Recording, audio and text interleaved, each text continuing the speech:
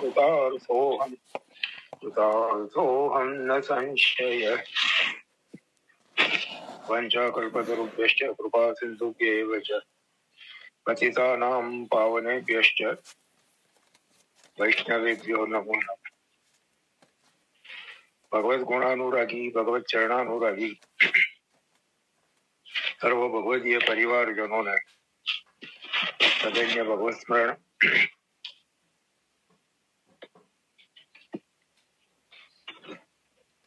હોળીના તહેવારોને કારણે એક અઠવાડિયાના અંતરાલ પડ્યો. એક અઠવાડિયાના અંતરાલ પછી આજે ભગવત કૃપાથી આપણે ફરી પાછા ભગવત ગુણગાન માટે ભેગા થયા છીએ.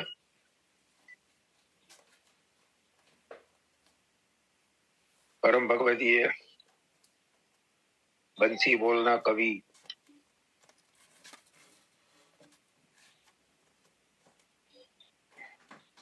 પુષ્ટિ માર્ગના લગભગ દરેક વિષયોને પોતાની રચનામાં સરળ ગુજરાતી ભાષામાં અને સુચારુ રૂપે સમજાવનાર શ્રી દયારામભાઈનું અદ્ભુત ગ્રંથ ભક્તિ પોષણ એનું રસપાન આપણે સૌ કરી રહ્યા છીએ. અત્યાર સુધીમાં 10 ચંદ્રાવલા નો અવગાહન આપણે કરી ચૂક્યા.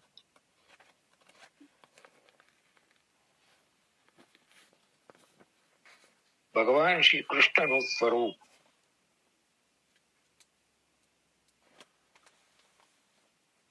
એમની શ્રેષ્ઠતા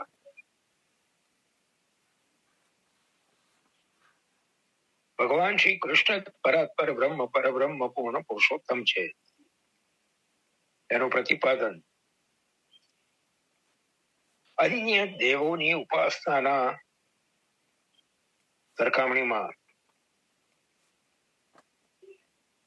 શ્રી કૃષ્ણની ઉપાસનાની ઉત્તમતા આ બધું 10 ચંદ્રાવલામાં શ્રી દયારામભાઈએ આપણને શાસ્ત્રોના પ્રમાણોથી સમજાવ્યું. હવે 11મા ચંદ્રાવલામાં એ શ્રી કૃષ્ણને પામવાનો એકમાત્ર ઉપાય ભક્તિ. ગયા ચંદ્રાવલામાં બતાવ્યું ભગવાનના પોતાના વચનોના આધારે કે અનન્ય ભક્તિથી જ પોતે પ્રાપ્ત થાય છે.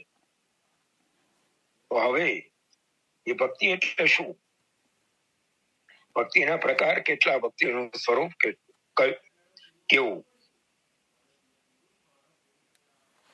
કેવી રીતે એ સિદ્ધ થાય? એ વિષય ઉપર શ્રી દયારામભાઈ આપણને પ્રકાશ કરી રહ્યા છે. 11મા ચંદ્રાવલામાં ભક્તિના જે 9 મુખ્ય પ્રકાર. બોલો. હમણાં તમે જે કીધું પણ એમાં પછી થોડોક બીજું વિષયાંતર તો નથી, વિષયની જ વાત છે કે જે ભાગવતજીમાં વલ્લભે પ્રમાણ આપ્યું છે અને કીધું છે કે હું ભક્ત પરાધીન છું, પ્રભુ જે કહી રહ્યા છે ને એ વિષય પણ થોડો આવરી લેજો. એની જોડે જોડે જે પૂર્વમાં સુંદર રીતે સમજાવ્યું હતું તમે એ ફરી એકવાર એ થોડુંક આવરી લેજો અને એ પણ લઈ લેજો કે જે ભગવાન ભાગવતજીમાં કહી રહ્યા છે કે હું એવા ભક્તની પાછળ ચાલું છું કે જેનાથી હું પાવન, એના ચરણોના રસથી હું પાવન થઉં છું. એ આખો પ્રસંગ જોડે જોડે લઈ લેજો.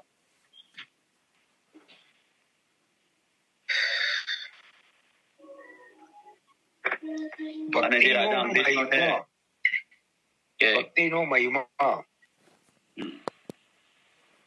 ભાગવતજીમાં પદે પદે ગાવામાં આવ્યો છે એમ કહીએ તો ચાલે. શ્રીમદ ભાગવત પોતે જ ભક્તિ સંહિતા છે.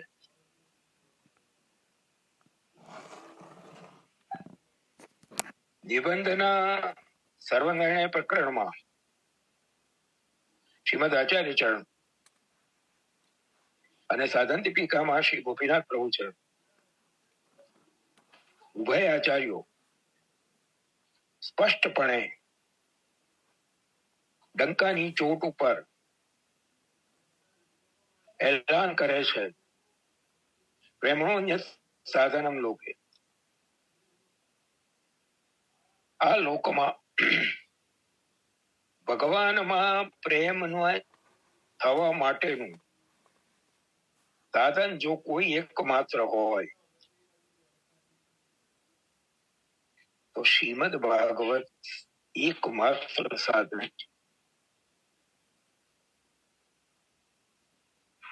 સાધન દીપિકા ગ્રંથમાં શ્રી ગોપીનાથજી પ્રભુચરણ તો એવી વિલક્ષણ રીતે નિરૂપણ કરે છે. વિના ભક્ત પ્રસંગે સદગુરુ કૃપયા વિના શ્રી ભાગવત શાસ્ત્રેણ વિના ભક્તિ કથમ ભવેત. આપણને જીવોને આશ્ચર્યથી પ્રશ્ન કરી રહ્યા છે. તમે ભક્તિ શોધવા માટે, ભક્તિને સિદ્ધ કરવા માટે ફાંફા મારો છો, પ્રયત્નો કરો છો, પણ એના જે સોપાન છે, એના જે પગથિયા છે, એની જે પ્રક્રિયા છે, એના તરફ તો ધ્યાન આપતા નથી. એટલે તો પ્રશ્નાર્થ એ નથી. શ્રી ગોપીનાથ પ્રભુચરણ પૂછે છે, વિના ભક્ત પ્રસંગે, જેની વાસ્તવમાં ભગવત ચરણારવિંદમાં રતિ છે, ગતિ છે, મતિ છે, નિષ્ઠા છે, એવા ભક્ત સાથેના પ્રસંગ વિના, એના સત્સંગ વિના, સદગુરુ કૃપયા વિના, પોતાના ગુરુદેવની કૃપા વિના અને શ્રી ભાગવત શાસ્ત્રેના, શ્રી ભાગવત શાસ્ત્રના આચાર્ય ચરણોએ બતાવેલા પ્રકારથી અધ્યયન વિના ભક્તિ કથમ ભવેત. ભક્તિ થાય કેવી રીતે, ભક્તિ પ્રાપ્ત થાય કેવી રીતે? એટલે શ્રીમદ ભાગવતમાં જ્યાં જોઈએ ત્યાં મહાત્માથી શરૂ કરીએ ને. જ્ઞાન અને વૈરાગ્ય પોતાના બે પુત્રો સાથે ભક્તિ વૃંદાવનમાં જતા આવતા સાધુ સંતોને પોતાના પુત્રોને યુવાન કરવા માટેના ઉપાયો પૂછી રહ્યા છે. ત્યાં ભક્તિ મહારાણી ગયા છે. અને વલ્લભાખ્યાનમાં ગોપાલદાસ કહીએ પણ ભક્તિ સુંદરી માયા દાસી બે મુહૂર્ત પ્રગટાવી. ભક્તિને પ્રભુના પ્રિય સુંદરી બતાવ્યા અને માયાને એમના દાસી બતાવ્યા. 9મા સ્કંદમાં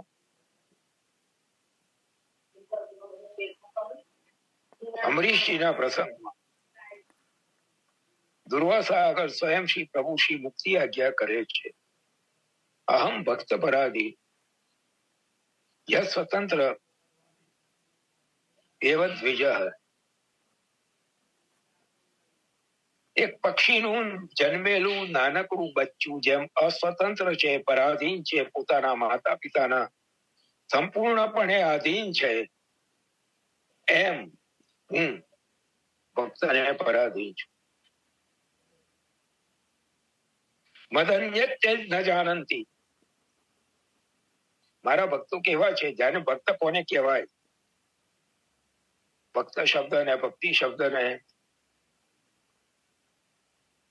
સમજ્યા વિના એને જ્યાં ત્યાં આપણે વાપરીએ છીએ. પણ ભક્ત કોને કહેવાય? ભક્તિ શું છે?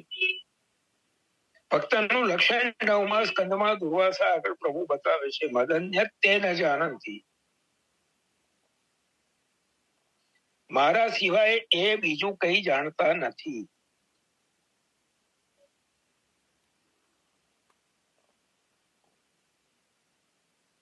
નાહમ તેભ્ય મનાગપી. ભક્તો મારા સિવાય કંઈ જાણતા નથી, અને હું એવા ભક્તો સિવાય બીજું સહેજ પણ જાણતો નથી. આ પ્રભુના શ્રીમુખના વચન છે.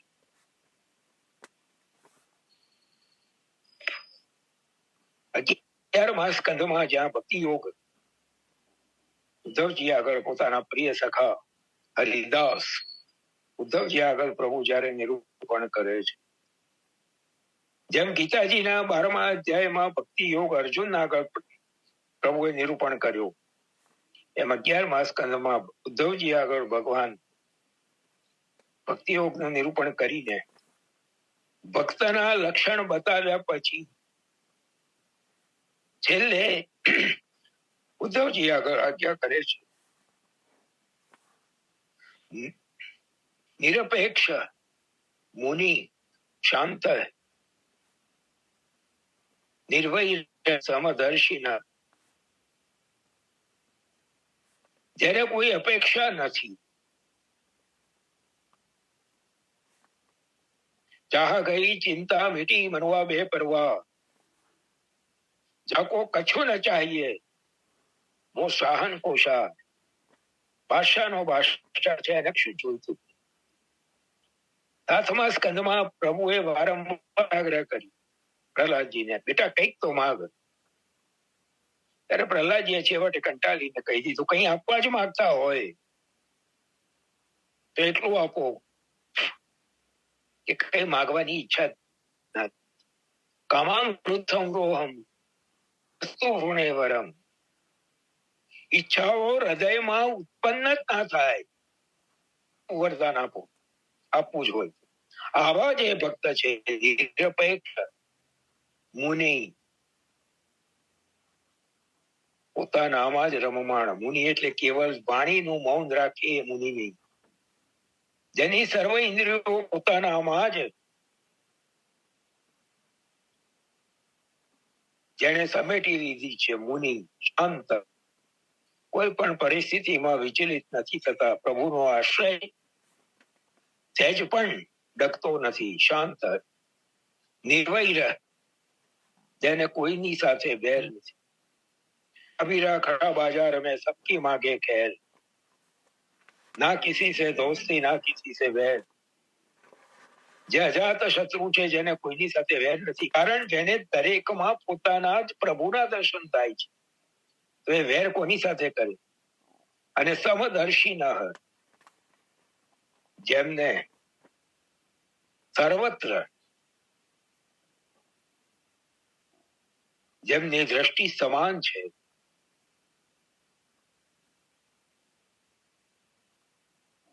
પરદ્રવ્ય લોષ્ટવત માતૃવત પરદારેશુ. જય વૈષ્ણવજન તો તેને કહીએ, પદમા નરસિંહ મહેતાએ બતાવ્યું. સમદર્શી ન, સૃષ્ણા ત્યાગી પરસ્ત્રી જેને માતરે, એવા સમદર્શી. આ લક્ષણો બતાવી ભગવાન ઉદ્ધવજીને કહે છે કે આવો જેવા ભક્ત છે, અનુવ્રજામ્યહમ નિત્યમ, એની હું પાછળ પાછળ ફરું છું. આ પુષ્ટિની પરાકાષ્ઠ. ભક્ત મર્યાદા છે. જોકે પુષ્ટિની પ્રારંભિક અવસ્થામાં પણ ભક્તને ભગવાન પાછળ ફરવું જરૂરી છે, પણ જ્યાં લક્ષણમાં બતાવેલી સ્થિતિ સિદ્ધ થઈ જાય, અહમ તો રોધેન નિરોધ પદવીમ કથા નિરોધમ વર્ણયામી તે આચાર્ય ચરણો. પોતાને જે નિરોધની અવસ્થા છે એનું વર્ણન કરીને નિરોધની પ્રાપ્તિ રીતે થાય એના જે પ્રકારો, જેને જે પ્રક્રિયા બતાવી રહ્યા છે, એવી સ્થિતિ થાય ત્યારે ભગવાન ભક્તની પાછળ ફરે. અનુવ્રજામ્યહમ નિત્યમ, આવા જે મારા ભક્ત છે એની પાછળ હું કાયમ છું. કેમ? ઉએ એ ચંગરી રહેવું, એની આગળ નથી રહેતો, એની સાથે નથી રહેતો, પાછળ રહું છું. કેમ?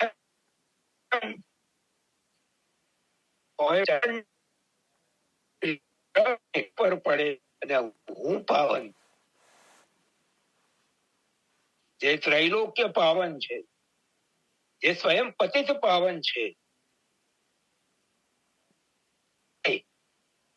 ઉદ્ધવજી આગળ એમ કે છે કે આવા ભક્તની ચરણરજથી હું પાવ થવું, એને માટે હું એની પાછળ પાછળ ફરું છું. આ ભક્તિનો મહિમા છે. તો એ ભક્તિના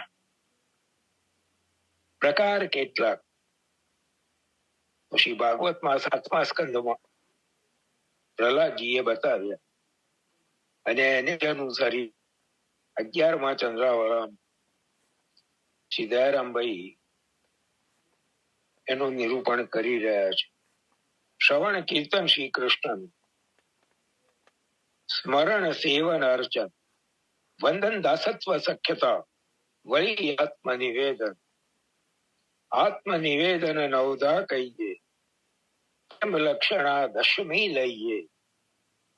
એ ભક્તિ સૌ સાધન તાજ, જે પામે વશ થાય વ્રજરાજ, સેવો શકપા. શ્રી પુરુષોત્તમ શ્રી કૃષ્ણ ચંદ્રના ગુણોને અર્થાત મહાત્મ્યને સાંભળવું, શ્રવણ. મુખથી કીર્તન કરવું, વર્ણન કરવું, કીર્તન. એનું સ્મરણ કરવું, સ્મરણ. ચરણારવિંદની સેવા કરવી, પૂજન કરવું, વંદન દંડવત પ્રણામ વગેરે કરવા, એમના દાસ થવું, એમની સાથે મિત્રતા કરવી અને આત્મા પણ સમર્પણ કરવો, એમ નવ પ્રકારે નવધા ભક્તિ કહેલી છે. અને 10મી પ્રેમ લક્ષણા ભક્તિ સાધન ભક્તિના મુકુટ રૂપ છે, અને એ જ એને પ્રાપ્ત થાય છે. એ વ્રજરાજ શ્રી કૃષ્ણચંદ્રને વશ કરી શકે છે. માટે કૃપાલુ શ્રી કૃષ્ણની સેવા. હવે એનું વિવેચન શાસ્ત્રના આધારે શાસ્ત્રીજી બતાવી રહ્યા છે.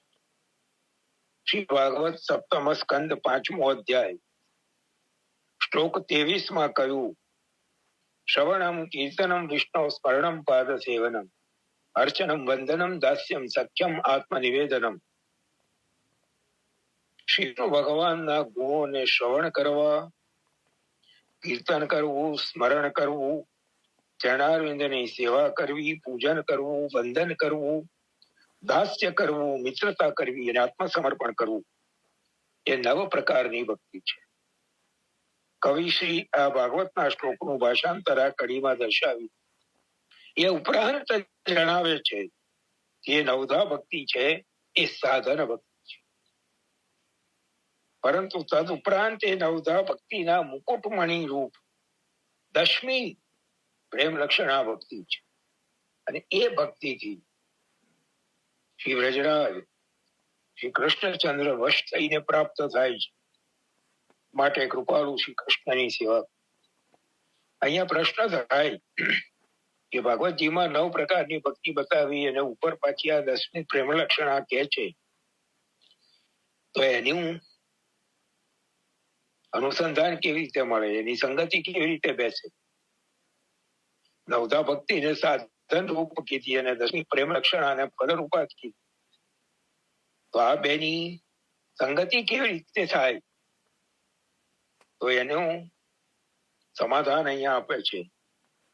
ભક્તિ પથ પ્રવર્તક જગત ગુરુ શ્રીમદ વલ્લભાચાર્ય મહાપ્રભુજીએ એવો ઉત્તમ સેવા પ્રકાર બતાવ્યો છે કે જેમાં આ નવધા ભક્તિનો સમાવેશ થઈ જાય છે.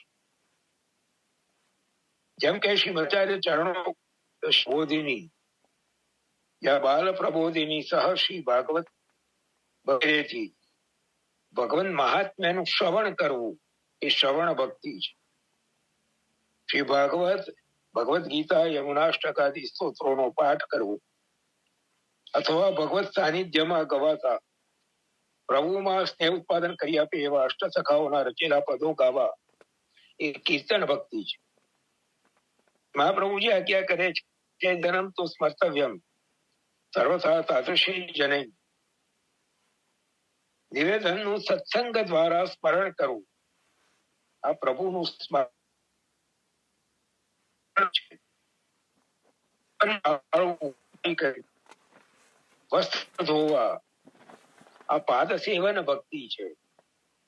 પ્રભુને પંચામૃત કરાવવું, જ્યેષ્ઠાભિષેક કરાવવો, દેવોત્થાપન મંત્ર વગેરેનું ઉચ્ચારણ કરવું, બોલવા એ અર્ચન ભક્તિ છે.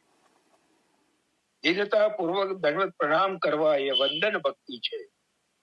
ભગવત પ્રસાદી પવિત્ર અન્ન વસ્ત્ર વગેરેથી નિર્વાહ કરવો એ દાસ્ય ભક્તિનું લક્ષણ છે. શ્રી હરિને ઉત્તમ દૂધ સામગ્રી વગેરે અર્પણ કરવા, પ્રભુ સુખો વિચાર કરવો એ સત્ય ભક્તિ છે. દેહ ઇન્દ્રિય પ્રાણ ધન પુત્ર સ્ત્રી ગૃહ વગેરે સર્વ પ્રભુને અર્પણ કરવા અથવા અર્થાત સેવામાં એમનો વિનિયોગ કરવો, સેવોપયોગી બનાવવા એ આત્મનિવેદન ભક્તિ છે. અર્થાત બ્રહ્મ સંબંધ દ્વારા જ પુષ્ટિમાય ભક્તને આત્મનિવેદન થાય છે. આ પ્રમાણે સ્વધર્મ સમજીને ભગવત સેવા કરનાર ભક્તને નવે ભક્તિનો સમાવેશ એ સેવાના અંતર્ગત જ થઈ જાય છે અને પ્રભુમાં ચિત્ત પ્રવણ થઈ નિરોધ થતા પુરુષોત્તમ વશ થઈ જાય છે. માટે કવિ પ્રેમ ભક્તિથી શ્રી કૃષ્ણ કૃપાળુ શ્રી કૃષ્ણની સેવા કરો એમ દર્શાવે છે. જો નવધા ભક્તિમાં 3 બાહ્ય છે: શ્રવણ, કીર્તન અને સ્મરણ. આ નિવેદન પહેલાની છે. અષ્ટાક્ષરની દીક્ષા પ્રાપ્ત થાય એટલે જીવને આ 3નો અધિકાર પ્રાપ્ત થાય: શ્રવણ, કીર્તન અને સ્મરણ. પછીની જે 6 છે: અર્ચન, વંદન, દાસ્ય, સખ્યતા અને આત્મનિવેદન. એ બ્રહ્મ સંબંધ પછી અધિકાર પ્રાપ્ત થાય. એમાં પણ 3: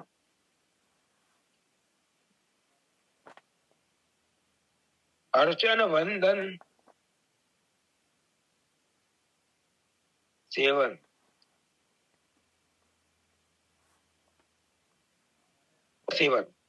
અર્ચન અને વંદન આ 3 બાહ્ય છે, શરીર. અને પછીની જે 3 છે: દાસ્ય, સખ્ય અને આત્મનિવેદન, એ અંતરથી થાય, હૃદયથી થાય. આ બધાનું જ્યારે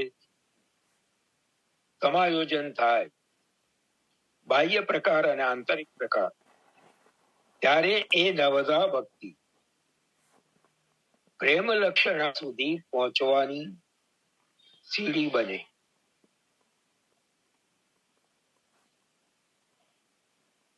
મર્યાદા માર્ગમાં નવધા ભક્તિ એક સાથે કરનાર બહુ ઓછા મળશે. મર્યાદા માર્ગમાં આગળના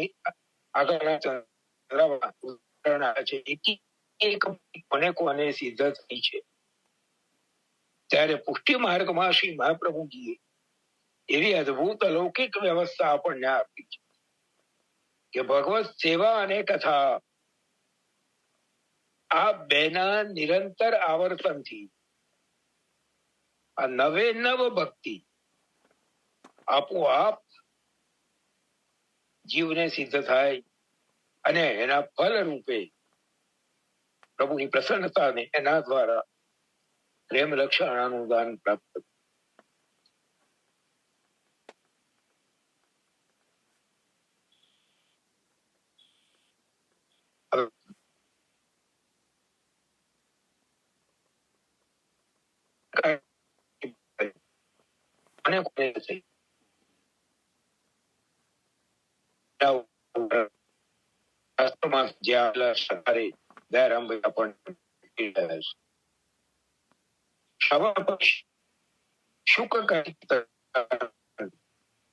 સ્મરણ કરી પ્રહલાદ શ્રી સેવન પૂજન પૃથુ.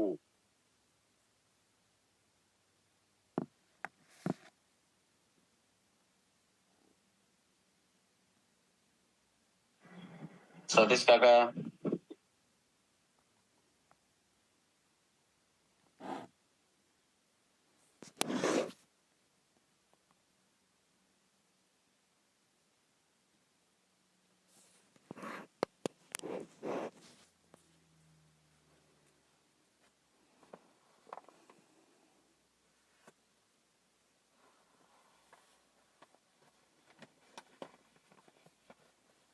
સતીશ કાકા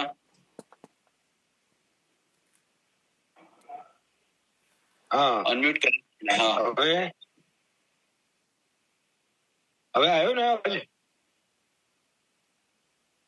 હા હેલો. આવી ગયો છે. હા આવી ગયો, સરસ આવી ગયો. થોડુંક રિપીટ કરી લેજો, વચ્ચે તમે કીધું પણ તમે મ્યુટ થઈ ગયા હતા. ત્યાંથી બંધ જ થઈ ગયું. અચ્છા એવું છે, ઓકે. હા, સ્ક્રીન ઉપરથી ડિસઅપિયર થઈ ગયું, પાછું ફરી ચાલુ થયું એની મેસેજ. શ્રવણ પરીક્ષિત શુક કરી કીર્તન, સ્મરણ કરી પ્રહલાદ, ટી સેવન પૂજન પૃથુ.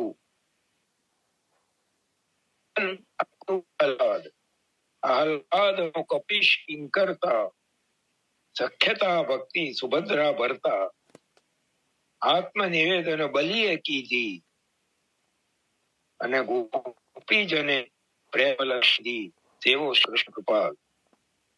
ગઈ કડીમાં 11માં ચંદ્રાવળમ જે નવધા સાધન ભક્તિનું વર્ણન કર્યું, એ નવધા ભક્તિ કોણે કોણે કરી એ આ કડીમાં દર્શાવે છે. શ્રવણ ભક્તિ રાજા પરીક્ષિતે કરી, કીર્તન ભક્તિ શ્રી સુખદેવજીએ કરી, સ્મરણ ભક્તિ પ્રહલાદજીએ કરી, પાદ સેવન ચરણ સેવા ભક્તિ લક્ષ્મીજીએ કરી, અર્ચન ભક્તિ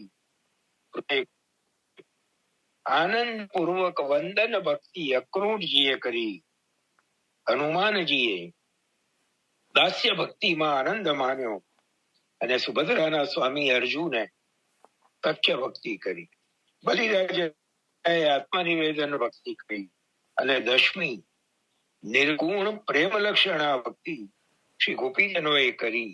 માટે કૃપાલુ શ્રી કૃષ્ણચંદ્રની સેવા કરો. કેટલા વાગ્યા? ભાઈ કેટલી મિનિટ બાકી રહી છે? 5 મિનિટ બાકી. 10 મિનિટ બાકી છે. ના, અત્યારે 5 મિનિટ બાકી છે. હા, 9:35 થઈ છે ને? ના, 5 મિનિટ બાકી થઈ. પણ સુંદર રહ્યો સતીશ કાકા છે.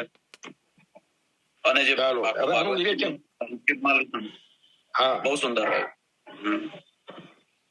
હવે આ કડી વિષ્ણુસ્તુ શ્રવણે પરીક્ષિત ભવદ વૈયા સખી કીર્તને, પ્રહલાદ સ્મરણે તદંગ્રી ભજને, લક્ષ્મી પુષ્ટાર્ચને, અક્રૂરસ્વ વિવંદને, કપિપતે દાસ્યે સખ્યેર્જુન, સર્વસ્વાત્મ નિવેદને, બલિરભૂત કૃષ્ણાપ્તિ રેશામ પરમ. આ શ્લોક ઉપરથી એના ભાષાંતર રૂપે કવિએ રચી છે. એમાં જણાવ્યું છે કે શ્રી હરિના ગુણો શ્રવણ કરવામાં પરીક્ષિત રાજા થયા, કે 7 દિવસ અન્ન જલનો ત્યાગ કરીને ભગવત ગુણો શ્રવણ કરી, મનન કરી, હૃદયમાં ધારણ કરીને સંસાર સાગર તરી ગયા. કીર્તન ભક્તિ કરવામાં શ્રી વેદવ્યાસજીના પુત્ર સુખદેવજી થયા, કે જે વક્તાએ 7 દિવસ અન્ન જલનો ત્યાગ કરી શ્રીમદ ભાગવતામૃતનું પાન કરાવ્યું. શરણ ભક્તિ પ્રહલાદે કહી, કે જેના સ્મરણથી એમને વારંવાર બચાવ્યા, અને જેમના રક્ષણ માટે લોક વેદાતીત શ્રી નૃસિંહજીનું સ્વરૂપ ધારણ કરી હિરણ્યકશિપુને વિદારી ભક્તનો ઉદ્ધાર કર્યો. ચરણ સેવા શ્રી લક્ષ્મીજીએ કરી, કે જેમની પ્રસન્નતા માટે શ્રી હરિએ રમા વૈકુંઠ વસાવ્યું. અર્ચન ભક્તિ પૃથુરાજાએ કરી, જેના પૂજનથી શ્રી હરિ પ્રત્યક્ષ થયા. વંદન ભક્તિ અક્રૂરજીની, કે જેમના ઘેર પધારી અનુગ્રહ કર્યો. દાસ્ય ભક્તિ હનુમાનજીની, કે જેમણે પોતાના સ્વામીના નામ વિનાની રત્નની માલા પણ તોડીને ફેંકી દીધી હતી. અર્થાત દાસીને પોતાના માલિકની પ્રસાદી સિવાયની વસ્તુ કામ જ ના આવે એ દાસ સખ્ય ભક્તિ અર્જુનની એ જેને અનેક સંકટોમાં સહાયતા કરી બચાવ્યા. આત્મનિવેદન બલિરાજાનું કે પોતાનો દેહ સુદ્ધા શ્રી હરિને નિવેદન કરી દીધું. આ પ્રમાણે નવધા સાધન ભક્તિનું વર્ણન કરી એમ જણાવે છે કે દશમી પ્રેમ લક્ષણા ભક્તિ. ગોપીભાઈ કહ્યું જેઓનો પ્રેમ પ્રભુમાં એટલો બધો હતો કે શ્રી હરિ વિના તેઓ બીજું કઈ જાણતા જ નહોતા. જેથી લોક વેદાતીત શિષ્ટોત્તમે એમને ભજનાનંદનું દાન કર્યું. માટે કૃપાલુ શ્રી કૃષ્ણની સેવા. આજે મને એવું લાગે છે 2 મિનિટ બાકી છે એટલે ભક્તિ પોષણનો ક્રમ 2 ચંદ્રાવળા નો આજે અવગાહન થયું અને અહીંયા એને વિરામ આપીએ. હવે પછીના ચંદ્રાવળામાં એક ચંદ્રાવળામાં દરેક ભક્તિ પ્રત્યેક નવે નવના લક્ષણ, એનું સ્વરૂપ, એનો મહિમા એ દયારામભાઈ બતાવવા જઈ રહ્યા છે. 13મા ચંદ્રાવળામાં પ્રથમ છે શ્રવણ. નામ કેશવનું કર્ણમાં પડતા સૌ થાય પવિત્ર. સતીશ કાકા, ના બોલો. ભક્તિનું આમ જો જોઈએ તો ભક્તિ રાશિ, બરાબર, અરે ભક્તિ સુંદરી માયા દાસી, હમણાં જ વાત કરી તમે. તો જે આ ભક્તિના અલગ અલગ સ્વરૂપ જતા છે કે પ્રેમ લક્ષણા સુધી, નવદા ભક્તિ અને પ્રેમ લક્ષણા સુધી, તો એ અલગ અલગ સ્વરૂપે વિદ્યમાન છે કે એના અલૌકિક સ્વરૂપ અલગ અલગ છે કે ભક્તિનું એક જ સ્વરૂપ છે? ભક્તિનું સ્વરૂપ એક જ છે. એક જ છે. ભક્તિનું પ્રકાર અલગ એક જ છે. એના પ્રકાર અલગ અલગ છે, એના પાસા અલગ અલગ છે. જેમ પ્રભુ 4 વ્યૂહ સાથે પ્રગટ થયા તો 4 વ્યૂહ સહિત પ્રભુ એક જ છે, એમ 9 પ્રકારો સહિત ભક્તિ એક જ છે. અને 16 ગ્રંથોમાં ભક્તિવર્ધીની સિદ્ધાંત મુક્તાવલી, આ ગ્રંથોમાં શ્રી આચાર્ય ચરણોએ ભક્તિનું જે સ્વરૂપ છે જે અભિપ્રેત છે, નારદ પાંચરાત્રમાંથી ભક્તિની જે વ્યાખ્યા આપે સ્વીકારી છે, મહાત્મ્ય જ્ઞાન પૂર્વક સુદૃઢ સર્વતોધિક સ્નેહ ભક્તિ રીતિ પ્રોક્તા, એ જે ભક્તિની વ્યાખ્યા સ્વીકારી એનું જ વિશ્લેષણ, એનો જ વિસ્તાર સિદ્ધાંત મુક્તાવલી ભક્તિવર્ધીની આદિ ગ્રંથોમાં શ્રી કર્યો છે. અને એની અંદર જ જેમ અત્યારે આપણે આ 12મા ચંદ્રાવળામાં 11મા ચંદ્રાવળામાં જોયું કે આચાર્ય ચરણોએ આ 9 પ્રકારની ભક્તિને આપણી સેવા પ્રણાલી, સેવાયામ વા કથાયામ વા, એ આજ્ઞામાં એ જે પણ વ્યવસ્થા આપી છે જીવનની, એની અંદર 9 ભક્તિને વણી. ભક્તિ કઈ કઈ રીતે થઈ શકે, ભક્તિના અંગ છે. આ બહુ સ્પષ્ટ ભાષામાં અને બહુ સીધી ભાષા, સરળ ભાષામાં સમજ તો ભક્તિ સુંદરી છે. ભક્તિ સુંદરીના જે જુદા જુદા અંગો હોય એવા ભક્તિના આ અંગ છે. ઇન ટોટો સમગ્રપણે ભક્તિ મહારાણી એમનું જે આધિદૈવિક સ્વરૂપ છે એ પ્રેમ લક્ષણા છે. જેમ ગયા અઠવાડિયે સરકારશ્રીના નામોની ચર્ચામાં આશુ કવિત્વની જયારે આપણે ચર્ચા કરી ત્યારે આપે જે શ્લોક આશીર્વાદ રૂપે સ્મરણ નિકુંજ ઉપર લખી આપ્યો છે એની પણ આપણે ચર્ચા કરીએ. અને એમાં આપે સ્પષ્ટ બતાવ્યું છે કે ભક્તિ પ્રેમ લક્ષણા કોને પ્રાપ્ત થાય? શ્રીમદાચાર્ય દાસેશ ભૂયા તત કૃપયા સદા. શ્રી ગોપીજનો અને શ્રી હરિચર એમની કૃપાથી આ 9 ભક્તિના માધ્યમથી આપણને આ 10મી જે પ્રેમ લક્ષણા છે ત્યાં સુધી પહોંચવાની સિદ્ધિ પ્રાપ્ત થઈ શકે. પ્રેમથી શરૂઆત થાય છે. સાધન દીપિકા ગ્રંથમાં ભક્તિનો જે આખો અદભુત વિસ્તાર પૂજ્યપાદ સરકારશ્રીએ કર્યો છે, 81 પ્રકાર જે બતાવ્યા છે આપે, એમાં આપે બતાવ્યું છે કે શરૂઆત જ પ્રેમથી થાય છે. પણ એ પ્રેમ પ્રાથમિક અવસ્થાનો છે અને આગળ જતા જે ટોચ ઉપર છે, જે ગોપીજનોને પ્રાપ્ત થયો છે, એ પ્રેમા ભક્તિ છે. એ પ્રેમ લક્ષણા છે. હવે એનો વિસ્તાર અત્યારે કરીશું તો એટલો આપણી પાસે સમય નથી. ક્યારેક મને એક વૈષ્ણવે સૂચન કર્યું હતું, સાધન દીપિકા ગ્રંથનો ક્રમ સત્સંગમાં ના લેવાય. વિચાર તો એમનો ઉત્તમ છે, સૂચન ઉત્તમ છે, પણ બહુ ભારી પડે, બહુ ભારી પડે, બહુ ભારી પડે. એક જ મિનિટ રહી છે સતીશ કાકા. હા હા, આજનો ક્રમ જે છે ભક્તિનો પ્રકાર રહ્યો, બહુ સુંદર રહ્યો. જો ગોપી જેમ જો અત્યારે બિરાજમાન ના હોય, ગોપીજનો બિરાજમાન ના હોય તો સત્સંગ થાય કેવી રીતે? સાચી વાત. એમની આડીથી, એમની કૃપાથી તો આપણે કઈક જીભ વિચાર કરીએ છીએ.